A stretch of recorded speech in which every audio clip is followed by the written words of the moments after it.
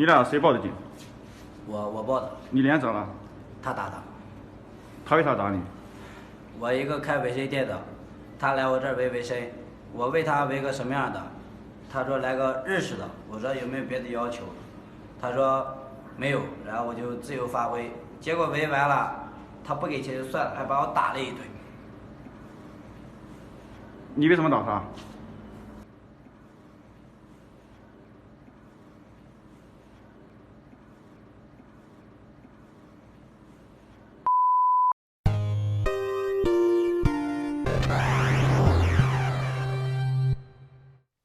尊敬的面粉们好，出大事儿了，出大事儿了！以太坊今天差点跌破$1800了，已经接近了很多小矿工的关机价了。那这个局面，面先知前2天的节目也都给大家预判了啊。我当时就说了，以太坊很可能会进入死亡螺旋。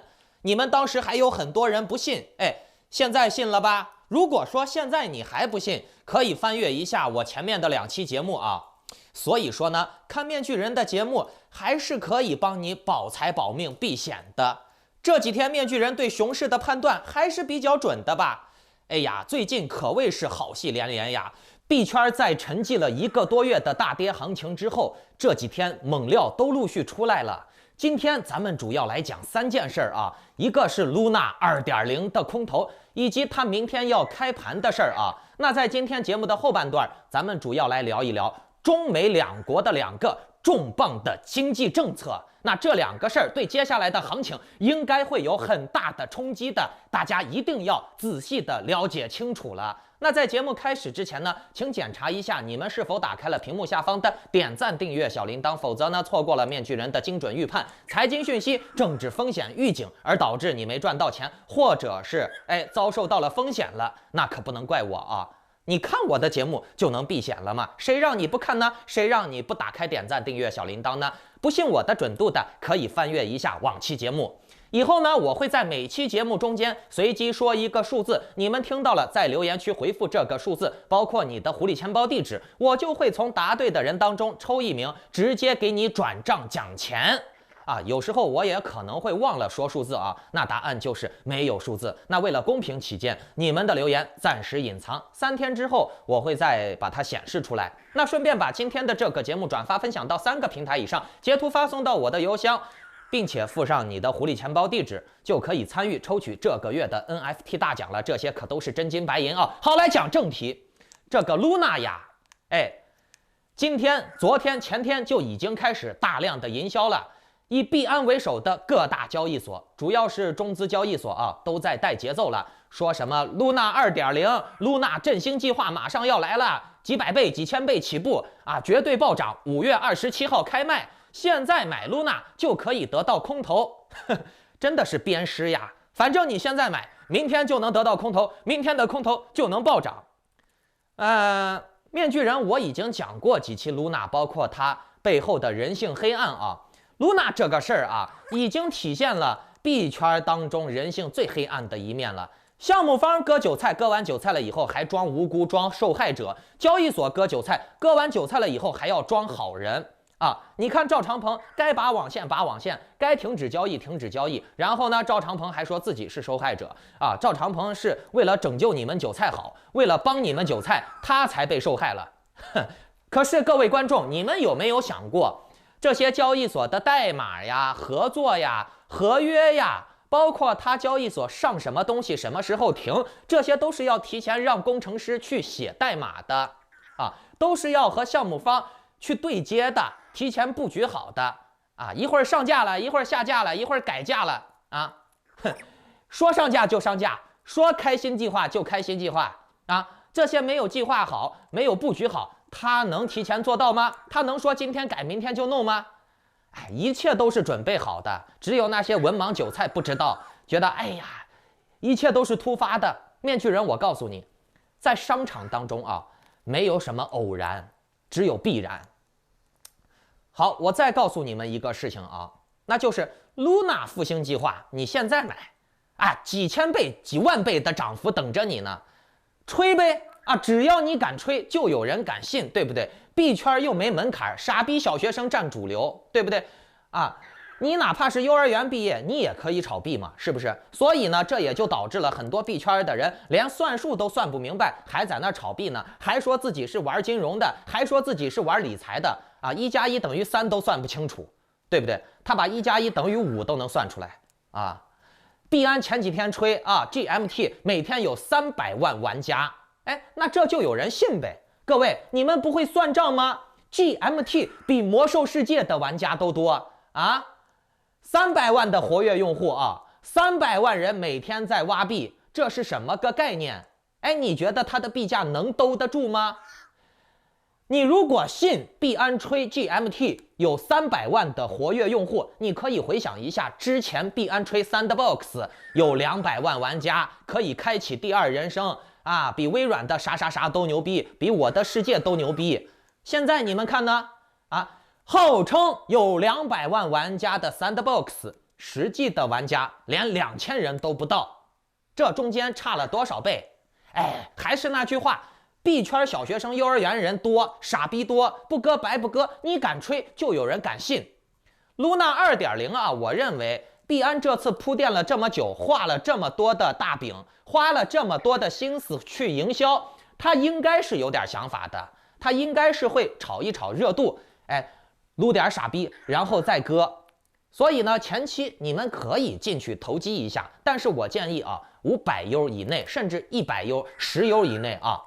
不要给狗币安赚太多钱啊！这个币安啊，是我见过最烂账的、最不讲道德的。我跟你说，最恶心的这种，他连商人都算不了，他就是那摆地摊的骗子。可是呢，币圈傻逼多，小学生多，幼儿园多，是不是啊？他连1+1等于2等于5等于3都算不清楚，他还说自己是搞理财的，还要去买啊！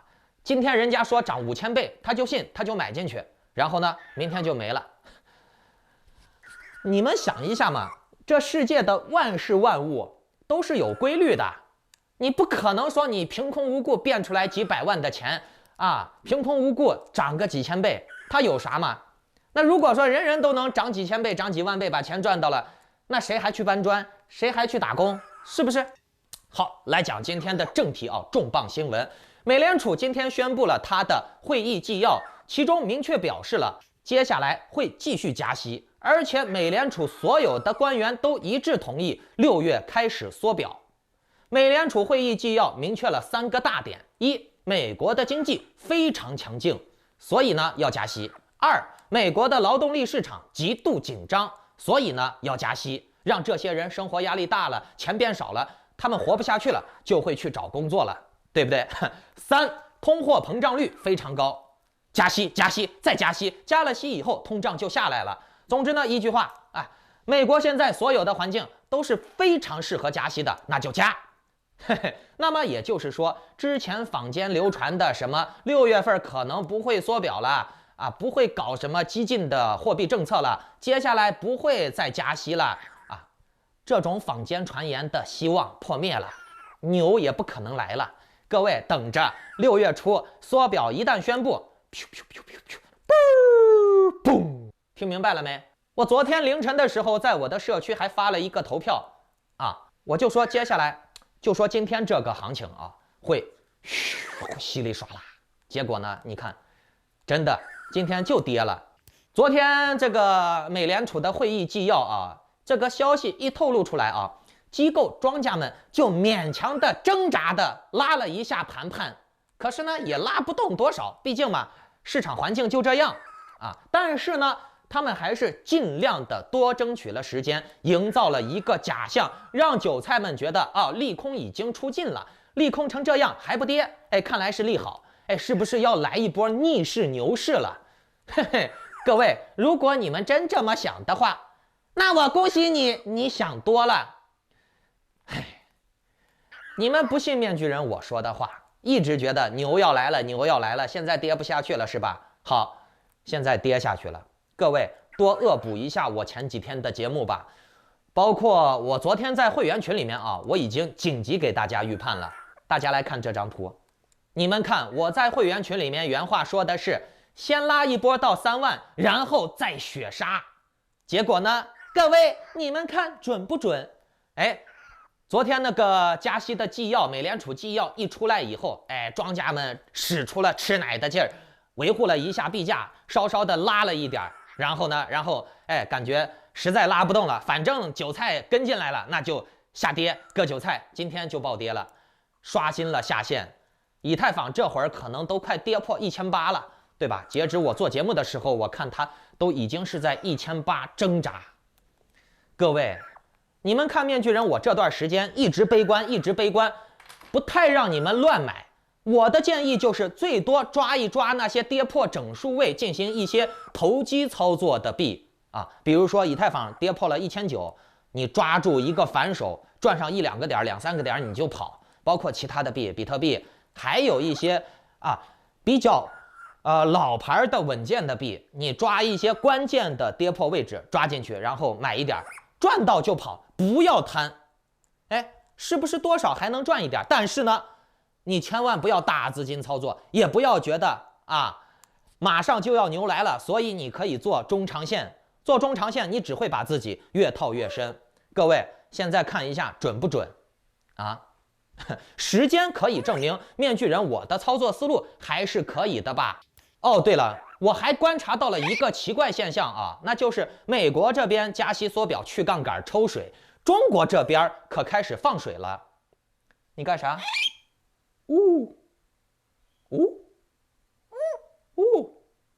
这个现在只会学我我刚才说到哪儿了？中国这边要放水了，李克强宣布12万亿经济振兴刺激计划。主要用于基建恢复供应链。中国这次印钞面具人我觉得是攻守兼备的。中国一旦全面恢复供应链，再加上资金放水，那中国就会获得很大的流动性。反而美国现在的流动性减少，金融风险变高，产能不足的劣势还会被放大。这样一对比，你看中国的流动性被加强了，哎，中国印钱添加流动性，然后呢还增强供应链。美国这边呢缩水，让市面都没有流动性了，钱都回到了那些政府机构手里了，民间资本基本上半死不活的了。那怎么办？哎，很多公司就会离开美国来中国去参与生意，拿中国的贷款去做生意，用中国的员工。没办法呀，市场把人逼得活不下去嘛，对不对？那我公司也要吃饭呀，我公司也要生存呀，对不对？美元现在通货紧缩了，那人民币多，那我们就都来撸人民币好了，对不对？这样至少会造成中国的房价还要涨，基建涨的那种景象。其实习近平现在搞这一出有点像当初毛泽东搞国民党的时候，毛泽东就不停地印钱真的钱假的钱他都印他还自己发币，然后呢搞的是整个国民党的经济就膨胀的不行。国民党当时也想去抑制通货膨胀，可是呢毛泽东这边一路在印，一路在搞假货搞假钱，然后呢就搞的是经济越来越膨胀。现在习近平搞这一手，不但是有毛泽东当时的那种效果，而且呢他还是打的是明牌，直接就说我现在中国在添加流动性，钱多得很，人也多得很，市场也大得很，你们都来我中国做生意吧，对不对？哎呀，所以面具人我一直觉得美国现在加息很不明智，但是呢我估计美国的那些官员们贵族们可能是穷疯了吧中国这边放水大印钞，接下来就会导致的是中国的房价还要涨。其实中国房价这几年的增速已经很缓了，吸引力不够大了，所以呢中国它为了稳房市还要放水刺激。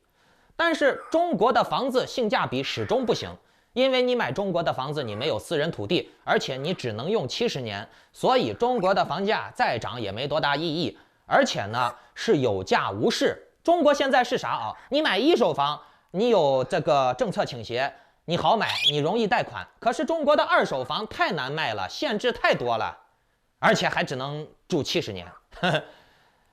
然后呢，中国的房子的涨幅跟近几年来其他的国家比一比，其实很一般了。你别说中国的房子涨，那澳洲这边的房子涨得更猛。澳洲的房价这几年的年均涨幅是10%到20%，10%到20%呀，各位。